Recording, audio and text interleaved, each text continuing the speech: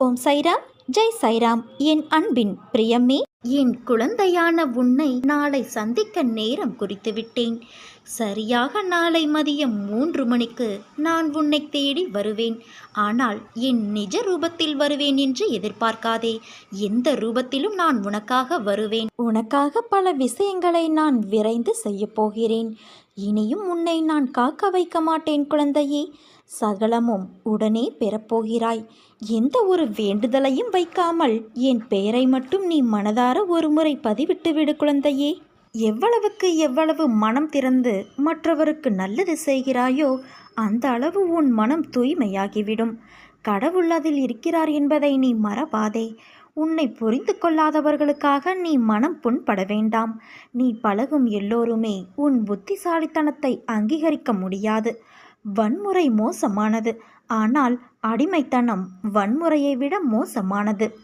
கற்றவர்களிடம் கற்பதை விட கற்றுக்கொள்பவர்களிடம் கற்றுக்கொள்ள வேண்டும். தன் அச்சத்திலிருந்து மீண்டு வருபவர்தான் உண்மையிலேயே சுதந்திரமானவர். நமக்கு நாம் தான் உண்மையான எதிரி. நம் கோபம், அவசரம், பதட்டம், பேராசை ஆகியவைதான் நமக்கு எதிரிகளாக இருந்து செயல்படுபவை. கோபம் எதிரிகளை ஏற்படுத்துவதோடு நின்று விடுவது கிடையாது. அது நமக்கு வேறு வடிவத்தில் திரும்பி வருகிறது. பதற்றம் ஏன் ஏற்படுகிறது என்று ஆராய்ந்தால் அதற்கு முக்கிய காரணம் திட்டமிடாமைதான். கோபத்தை காட்டிலும் அருவருப்பாக வேறு எதுவும் இருக்க முடியாது. கோபம்தான் அவலட்சணம் என்பதை மனிதன் உணர வேண்டும். யார் தங்களின் கீழ் பணிபுரிபவர்களிடம் அதிக கோபத்தை காட்டுகிறார்களோ அவர்கள் தனக்கு மேலே உள்ளவர்களிடம் அதிகமாக குலைபவர்களாக இருப்பார்கள். ஒழுங்குமுறையற்ற வாழ்க்கையை வாழ்பவர் எல்லா செயல்களிலும் பதற்றமடைகிறார். இந்த உலகில் எல்லாமுமே நம்முடைய விருப்பப்படியும் நம்முடைய திட்டத்தின்படியும் நடக்கப் போவது இல்லை. இதை தெரிந்தும் ஏன் கோபப்பட்டு நோயாளியாகிறோம்? கோபத்தை கட்டுப்படுத்தி மகிழ்ச்சியான வாழ்வை நாம் பெறுவோம். நம் வாழ்க்கையில் அனைவருக்கும் துன்பங்கள் வரும். துன்பங்களும் கவலைகளும் இல்லாத மனிதர்களே கிடையாது. துன்பங்கள் வரும்போது துவண்டு விடக்கூடாது. அதை தைரியமாகவும் சாதுரியமாகவும் எதிர்கொண்டால் நிச்சயம் வெற்றி கிடைக்கும். என் நாமத்தை பக்தியோடும் நம்பிக்கையோடும் சொல்பவர்களின் எல்லா விருப்பங்களையும் நானே நிறைவேற்றி தருவேன். நிரந்தரமாக செய்யப்படும் என் நாம ஜெபம் உன்னை என்னிடம் சேர்க்கிறது. பொறுமையோடும் கவனத்தோடும் வார்த்தைகளை மற்றவர்களிடம் பேசும்போது பிரயோகப்படுத்து. அவசரப்பட்டு வார்த்தைகளை கொட்டிவிடாதே.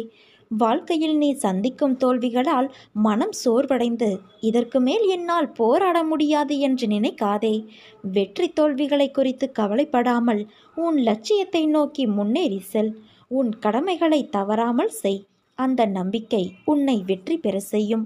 ஒரு காரியத்தை செய்யும் முன் என்ன செய்கிறோம், எதற்காக செய்கிறோம் என்ற தெளிவோடு செய்தால் அதில் நீ தோல்வியை உற்றாலும் அது உனக்கு ஒரு பொருட்டாக இருக்காது. அந்த அனுபவமே உனக்கு மீண்டும் அந்த செயலில் முயற்சித்து வெற்றி பெற செய்யும். இவ்வுலகில் எல்லோருக்கும் எல்லாவற்றிலும் சரியான செயல்பாடோடு இருக்கும் உடலோ மனமோ இல்லை. அந்த வகையில் அனைவரும் ஏதோ ஒரு விதத்தில் ஊனமுற்றவர்கள்தான். அதனால் மற்றவர்கள் உன் ஊனத்தை குறை கூறுவதை கேட்டு வருந்தாதே குழந்தையே. அவர்களும் ஏதோ ஒரு வகையில் ஊனமுற்றவர்கள். எது உன் கடமையோ அதை ஆனந்தமாக விரும்பி பிரியமோடு செய். அப்போதுதான் உனக்கே ஓர் உத்வேகம் இருக்கும். வாழ்விலும் வெற்றிகள் குவியும். என் வார்த்தைகள் மீது நம்பிக்கை வைத்து செயல்படு. வரும் காலத்தில் நீ விரும்பிய அனைத்து வளங்களையும் பெறுவாய். உன் அம்மாவாக அப்பாவாக நான் என்றும் உனக்கு துணை இருப்பேன் என் குழந்தையே. உன் பிரார்த்தனை நிறைவேறியது. எல்லோரும் ஒரு சேர உன்னை கைவிட்டாலும் இல்லை என சொல்லி கை கழுவி விட்டாலும் என் கைகள் உன் கைப்பற்றும். கடைசி வரை உன்னை காப்பாற்றும். தன் குடும்பம் என்ற ஒரு 10 பேர், தன் நண்பனும் பகைவனும் என்ற ஒரு 10 பேர், தன் தொழிலில் ஒரு 10 பேர், தனது வீதியில் ஒரு 10 பேர், தனது ஜாதியில் ஒரு 60 பேர், இந்த 100 பேரின் நடுவில் தன்னை உயர்த்தி காட்டிக்கொள்வதும் பாசமாக, நட்பாக, அன்பாக, வீரனாக, நல்லவனாக காட்டிக்கொள்வதுமே மனித வாழ்வின் குறிக்கோள் என்று நீ நினைத்து கொண்டு இருக்கிறாய். எல்லாவற்றையும் அவர்களோடு ஒப்பிட்டு பார்த்து அதைவிட ஒரு படியாவது அதிகமாக இருக்க வேண்டும். அப்போதுதான் மதிப்பு என்று போலியான வாழ்க்கை வாழ கட்டாயப்படுத்துகிறது. அவன் அப்படி இவன் இப்படி என்று பிறரை விமர்சனம் செய்ய சொல்கிறது. பொருளாதார ரீதியாக தன்னிறைவு அடைந்ததும் பிறரை ஏளனமாக கேவலமாக நினைக்க சொல்கிறது. இந்த 100 பேரின் நடுவில் ஏற்படும் அவமானமும் கோபமும் கௌரவமும் மட்டுமே ஒருவனை பாதிக்கிறது. இதற்காக தன்னுடைய அத்தனை ஆசாபாசங்களையும் அடக்கி வைத்து மனித ஜடமாக வாழும் பலருக்கு இந்த பூமி பந்து 700 கோடி மக்களால் ஆனது என்பது தெரிவது கிடையாது. என்னுடைய தாத்தாவின் தாத்தா எப்படி இருந்தார் என்பது எனக்கு தெரியாது, எப்படி வாழ்ந்தார் என்பது எனக்கு தெரியாது, அவர் நல்லவரா கெட்டவரா என்று எனக்கு தெரியாது, அவர் பெயர் கூட எங்கள் தெருவில் பலருக்கும் தெரியாது, எங்கள் ஊரில் யாருக்கும் தெரியாது. இதே நிலை எனக்கும் ஒரு நாள் வரும். நான் இந்த பூமியில் வாழ்ந்ததற்கான அடையாளம் அத்தனையும் கால ஓட்டத்தில் மறையும். எதற்காக இந்த 100 பேரின் அங்கீகாரத்தை நான் கண்டு கொள்ள வேண்டும்? யார் இவர்கள்? என்னுடைய வாழ்க்கையில் யாரெல்லாம் வர வேண்டும் வரக்கூடாது என்பதை தீர்மானிக்க இவர்கள் யார்? நான் இன்னும் 1000 ஆண்டுகளுக்கு வாழப்போவது இல்லை. அதிகபட்சம் இன்னும் சில ஆண்டுகள், அதுவும் வெகு தொலைவில் இல்லை. சர்வமும் ஒரு நாள் அழியும். மனித வாழ்க்கை அற்புதமானது, அழகானது. கலாச்சாரம், பண்பாடு, பாரம்பரியம், தத்தமது வாழ்க்கையை யாரும் போலியாக வீணடித்து விடாதே. வாழ்க்கை ஒரே ஒரு முறைதான். தோற்றாலும் பரவாயில்லை, ஆனால் பங்கெடுக்காமலேயே அழிந்து விடாதே. நம் தாத்தாவின் தாத்தாவை நாம் பார்த்தது இல்லை, அதே போல நம் பேரனின் பேரனை நாம் பார்க்க இருக்கப் போவதில்லை. இதுதான் வாழ்க்கை. பிறரை வஞ்சிக்காமல் தொந்தரவு செய்யாமல் எவ்வளவு முடியுமோ அவ்வளவு மகிழ்ச்சியாக வாழ்ந்துவிட்டு போ. மனம் பகவானை விரும்பினாலும் புத்தி இருக்கிறதே, அது இது தேவையா, இதனால் பலன் உண்டா, இப்படியெல்லாம் கேள்வி கேட்கும். இவர் உண்மையான அடியவரா, இவர் சொன்னால் நடக்குமா என்றெல்லாம் கேட்டு மனதின் நம்பிக்கையை தளர்த்திவிடும். நன்மை கிடைப்பதை தவிர்க்கும். இந்த நிலைதான் உனக்கும் இப்போது இருக்கிறது. நீ அற்புதத்தை அனுபவித்த தருணம் மீண்டும் மீண்டும் அது அற்புதம்தானா, இது உண்மைதானா என்றெல்லாம் மனம் உன்னை குழப்பிக் கொண்டு இருக்கிறது. உன் கவலைகளை நான் தீர்த்தாலும் மீண்டும் இல்லாத ஒன்றை வைத்து இருக்கிற நிம்மதியை நீ கெடுத்து கொள்கிறாய். உனக்கு எல்லாம் இருந்தாலும் எதுவும் இல்லாததைப் போல இருக்கிறது. உன்னோடு நான் பேசிக்கொண்டு இருக்கும் இந்த வார்த்தைகளையும் அதன் உண்மைகளையும் புரிந்து கொள்.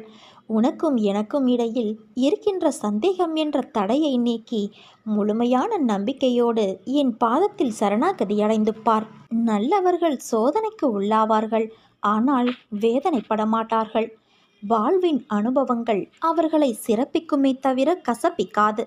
ஆரம்பத்திலிருந்து கடைசி வரை கஷ்டப்பட்டே வாழ்ந்து செத்தவர்கள் இந்த உலகத்தில் யாரும் கிடையாது.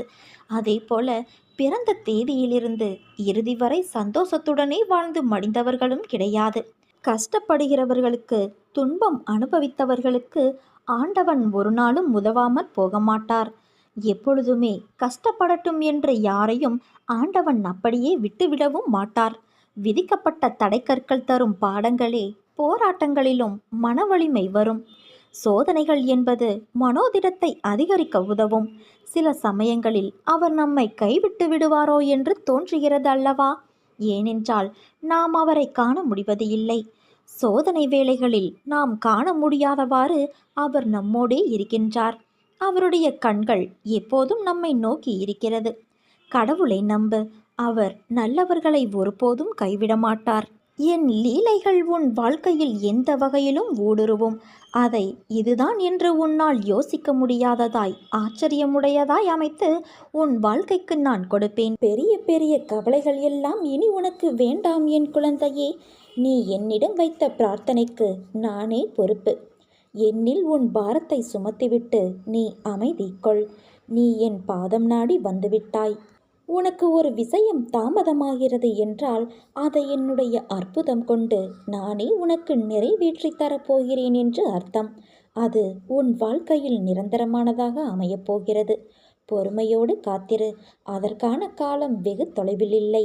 நீ கண்ணீர் விடும்போதெல்லாம் என்னை நினைவில் கொள். நான் உன் பக்கத்தில் என்றுமே துணையாக இருப்பேன். உன் கர்ம வினைகள் விலகிவிட்டது. செல்வம் உன் வீடு தேடி வரும்.